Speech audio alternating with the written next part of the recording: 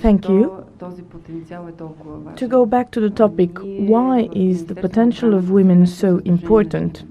In the Ministry of Defense, together with the Bulgarian Armed Forces Women Association, have had an idea, and the Southeastern Europe region has supported this idea. I'm very proud to announce that this project on the role of women in defense and security was adopted by the Ministers of Defense during a series of meetings of defense ministers of Southeastern Europe. So, the concept of the project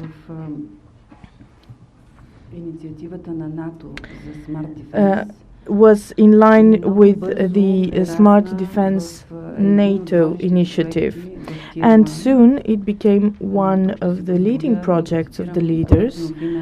I would like to quote female leaders in security, in defense, and the project attracts interests from the part of various countries and partners, and they continue to be listed in the NATO database.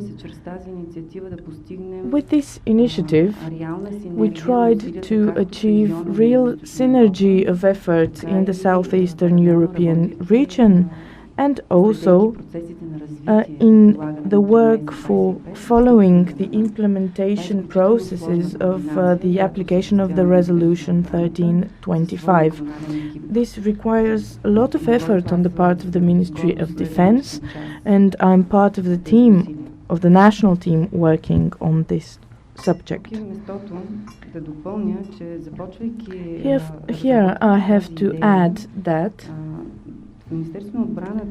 while elaborating this idea, the Ministry of Defense knew that we had to find the answers to three simple questions, so that we know how to use this considerable human potential for peacekeeping, for achieving peace, and all this in line with our membership in NATO and the EU. So, the first question is, to what degree is Resolution 1325 actually being implemented into programs and measures of the policies of the Bulgarian Ministry of Defense, and also what is the outcome for women's lives and careers? Does it have any impact? The second question is the following: what are the results of the implementation of the Resolution 1325 with a specific focus on armed forces? And the third question is, do women and men participate equally in decision-making processes within the institutions? This is an extremely crucial issue. It is one of the main pillars of the Resolution 1325. Do women have their part in the decision-making process, especially with regard to peace and security? By the way, I've always welcomed the effort by their excellencies, by the representatives of international diplomacy in that regard, because our effort will be of no use if international diplomacy does not embrace the concept of women participating in decision-making processes. This concept is very important, and we, women in uniform, will take our part in this process when very important political decisions are taken. So we really expect the support of men and women in diplomacy. To move on, the Ministry of Defense does a lot to implement the Resolution 1325. its effort is not related to some percentage participation of women in armed forces. I will not go into details about statistics because Mr. Yanakiev is going to talk about the quantitative aspect of the participation. But it is important to take into account the real capacities of women in armed forces and to take into account the interaction between men and women, to see how these capacities are used in, for example, the mission and operations of international organizations and of Bulgarian armed forces abroad. The Ministry of Defense also set up a hotline in order to avoid any direct discrimination against women and men. This hotline is publicly available. Also, there is a special section on the Ministry of Defense website where additional information is given, information related to international documents, news in NATO. Also, we have a contact point, which is contact person, which is me, by the way. Any person can contact a representative of the Ministry of Defense in case of direct discrimination, both against men and women. By the way, I have to tell you that many colleagues, men in armed forces, often contact us looking for professional understanding. Is there a discrimination against men in the army? Can you tell us more about it?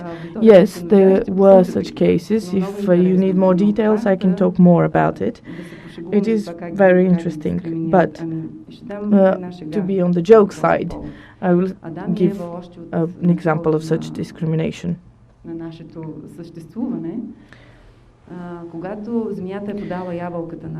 Back in the beginning, when the snake gave the apple to Eve, and then when she passed it on to Adam, he saw the snake as it was, while Eve, when she bit from the apple, she saw land, and she saw shoes, and she saw purses. This is an example that we think differently, but we need to make use of this difference in thinking for security and defense, because when we use these different types of thinking, we complement each other. That was a little joke. In addition to the efforts that the Ministry of Defense takes, we have adopted the new version of statutes of the service in armed forces of Bulgaria. The statutes reflect an ethical code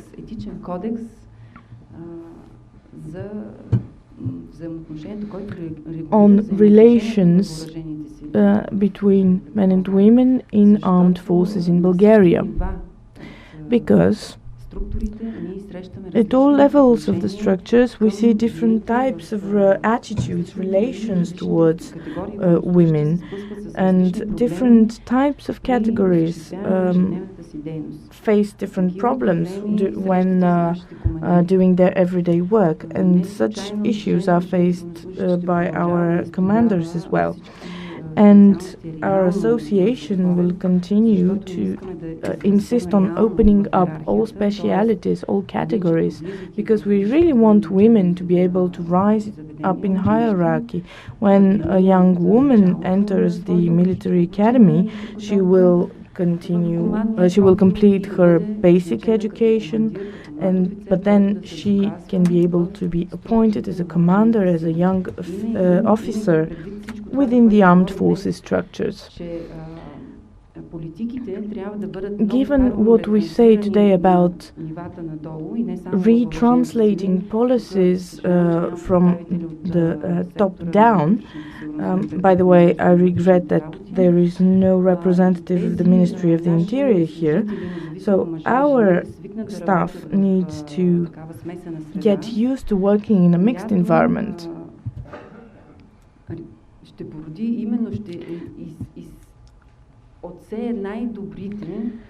This way, the best members of staff will be able to rise to top positions, commanders, generals, etc. Of course, I understood what Dr. Pasi meant when he said that we will have to have commanders, generals.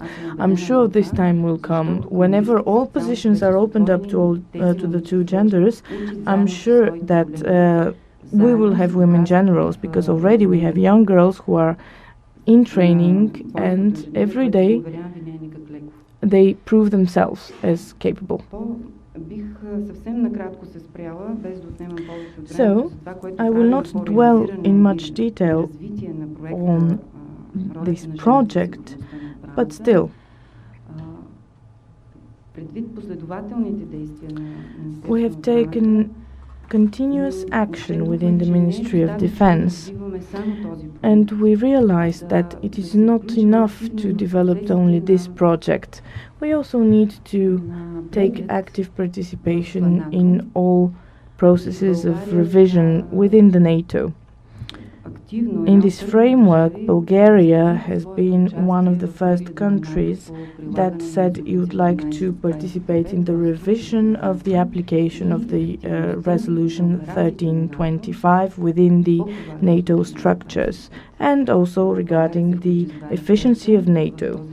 Bulgaria sent 2 experts to take part in this revision.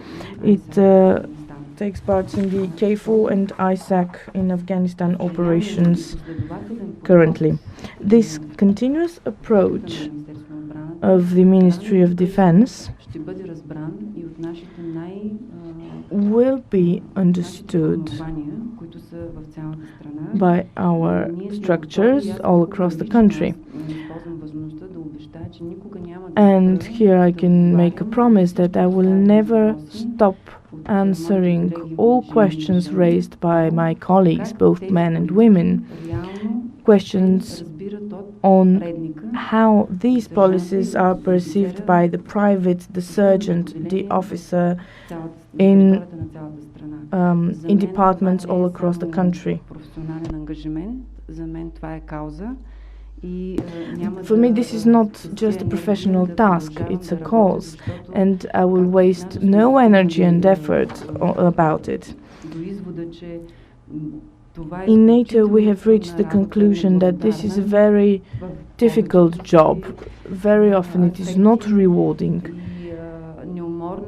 but it requires effort. Armed forces need to be working 24/7, and we need to talk about them 24/7 all year round. There is always scope for improvement still, because this is an evolving process when we speak about the work of armed forces. And I would like to conclude by saying that everything done within the project will be summarized in a final report. It will be the final draft that Bulgaria will present together with its partner countries to the NATO.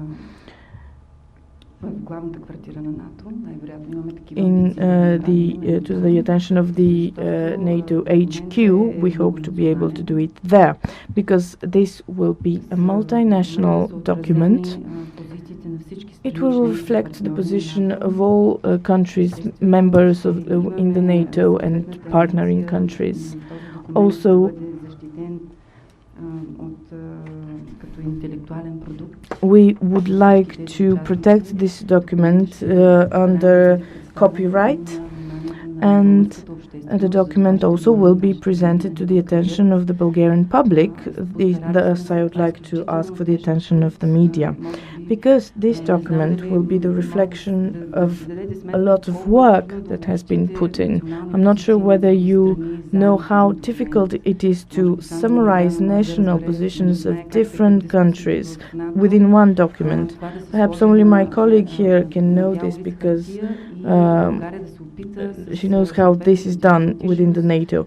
Well, anyway, through the ways of diplomacy, we would like to achieve general satisfaction from the document. We would like to send out this document to every NATO member state and every NATO partner.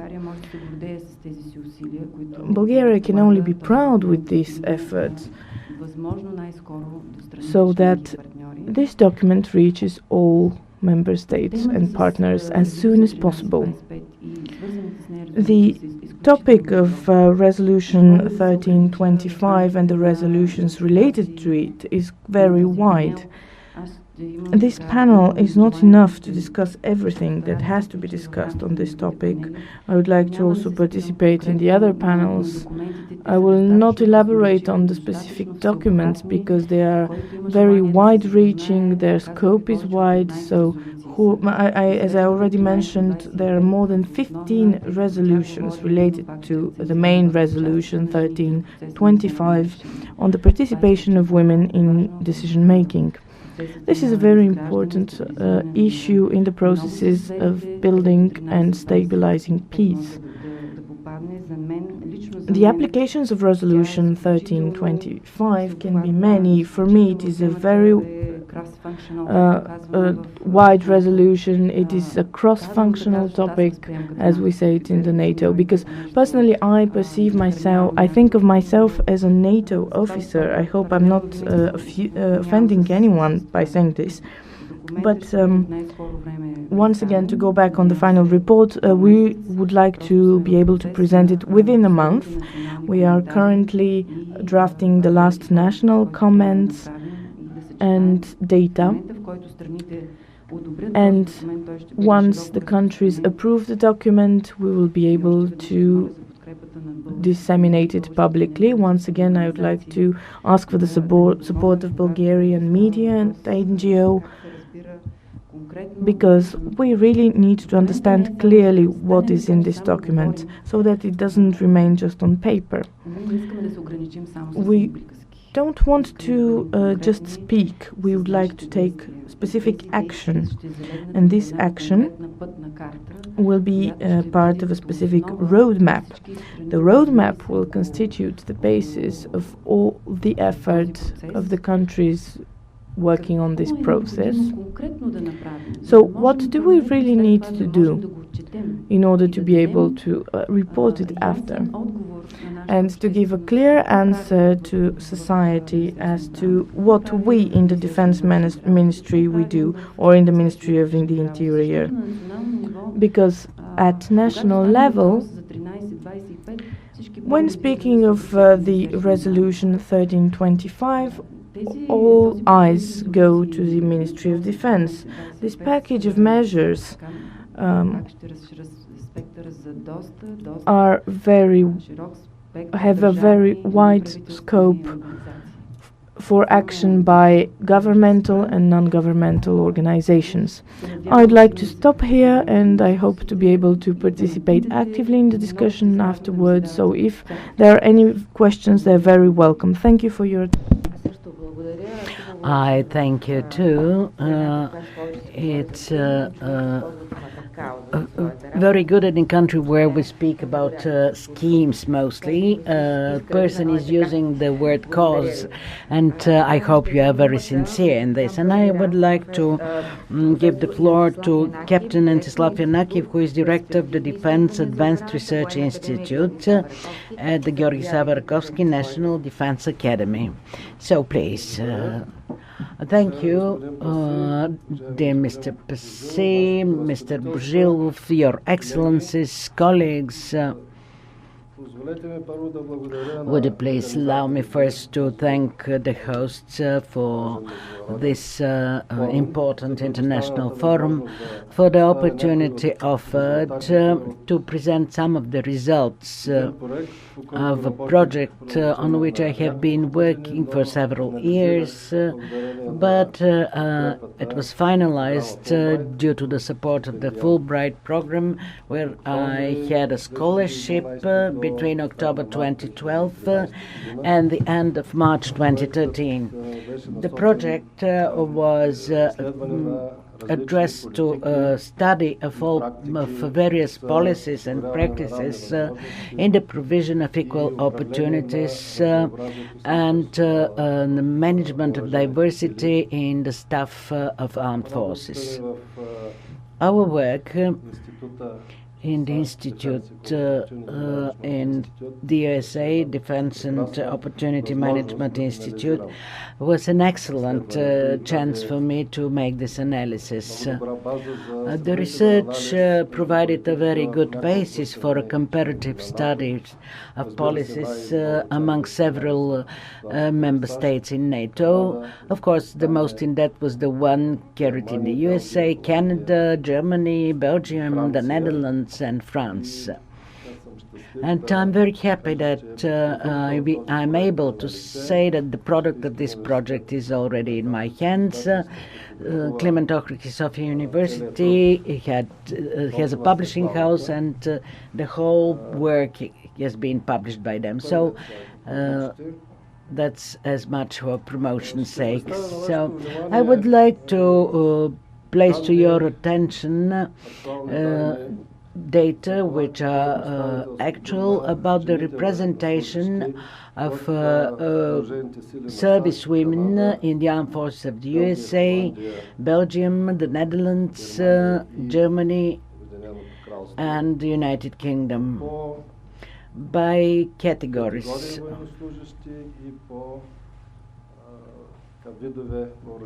and by types of armed forces. It's of extreme importance in my mind not only to take into account the percentage and their ratio, but to see where in the hierarchy are placed women, and of course what is their presence in the various types of armed forces. On this slide, as I said, is reflecting the situation in the USA by the end of 2012.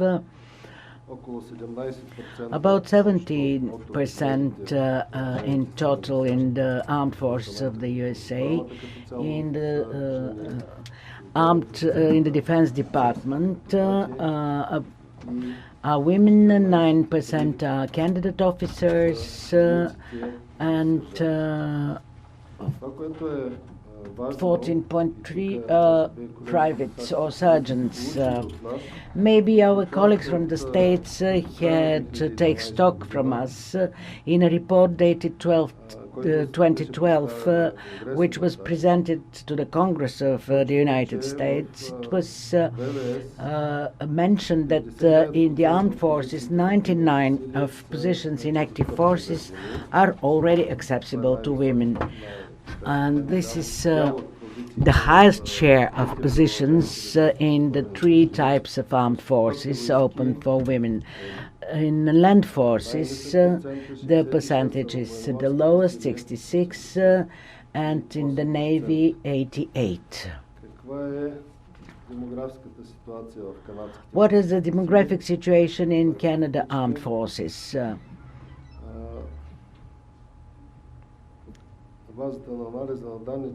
On the basis of the analysis of data analyzed, which were presented by my Canadian colleagues, I mean the official papers, this is the data you can see on the screen. In the regular forces, women amount to about 14%, in the reserve they're 16.7%. There is the highest representation, and the total is about 15%.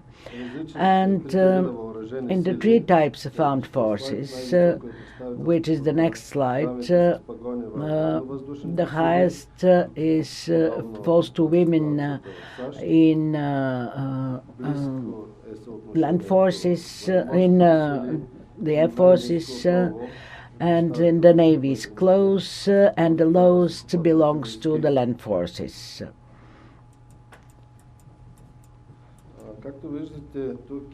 As you can see here, the analysis of data in the United States, the policies and practices which are being implemented is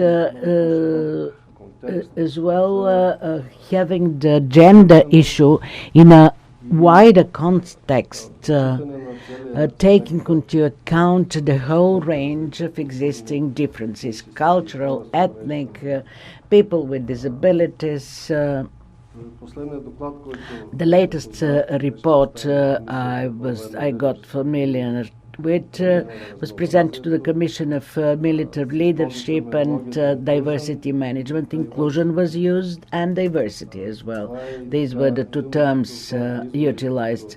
So this was one of the main conclusions I have reached to. I didn't focus only on a specific group of people who for certain reasons are of interest for the time being. What about the situation of armed forces in Great Britain? As a whole, there is a trend after 1990, an increase of the relative share of women in the army, in the Royal Armed Forces. There, it's typical that the percentage is rather high, but it's not yet 100%. I mean, the positions which are accessible to women. The highest is the share in the Air Forces, followed by the Navy, and again the Land Forces keep the lowest place and have the lowest share. Следващия слайд са представени данните за относителния дял на жените. On the next slide is the data about the relative share of women in the armed forces in the Netherlands. Again, we see the trend of a growing number of women and an endeavor of a growing share of positions to get accessible to women. Here it's very important to put an emphasis on the fact that there is a political goal set here, and this political goal has been achieved by 2010. 12% ought to be women, but what is much more important, and especially attention is attached to senior officers, not as a whole, but by ranks and by distribution in the army hierarchy. What is the situation in the Belgian army, which is on the next slide? First, women joined the army in 1975. And since then there is a trend of an increase, and the highest of relative share is among the privates, 10.54, 7% among officers, and sergeants 6.7%. And last but not least, the German experience is very interesting. You know, there were law courts, and which resulted in a radical change of the policy of the Bundeswehr. After the year 2000, restrictions were lifted, and they were allowed to get to the so-called battle positions, which will result in their career development, which of course is linked to going through battle positions and participation in missions. And again, something which is still missing in this country, a long-term vision and a political goal to reach as much as 15% representation of women in the German army. This is something we do not have. And now the data concerning Bulgaria. I'm very grateful to Neviana, who placed them at my disposal as early as in the preparatory work for the book. You see on the slide the data about the ratio of women being represented in the Bulgarian army. in their totality, in the three types of armed forces and in the common command of armed forces, and as well their allocation by senior and junior officers, respectively sergeants, private, and the highest is the representation of in the soldier ranks,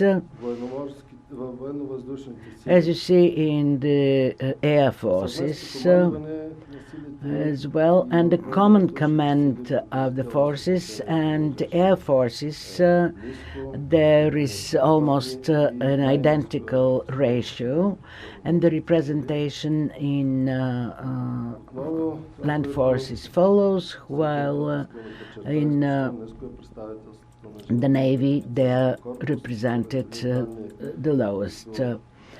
According to some data quoted by Minister Anju Angelov, 1.42 belongs to women officers. We still have no woman colonel. Well, there are two colonels, two lady colonels. Oh, thank you. I have not been updated on this topic. But still they are below 1%, so still the representation is not enough.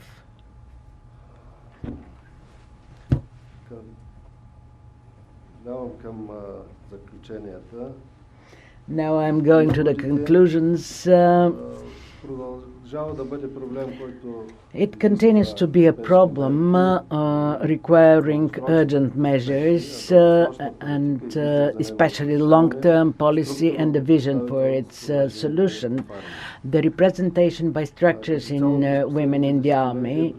In general, for the past decades, good practices are prevailing, good practices for the inclusion and integration of women in the army. As we heard, serious advancement was achieved. Bulgaria is among the leading countries in intelligent defense, as perceived by NATO. Of course, I do not want to commit the Ministry of Defense, but I still think that we lack a long-term vision and strategy to provide local equal opportunities for everybody in defense, for their active inclusion in defense, which will motivate much more people, which will make them much more committed, and in this way it will contribute to the improvement of one of the major abilities of the efficiency of the human capital in the army.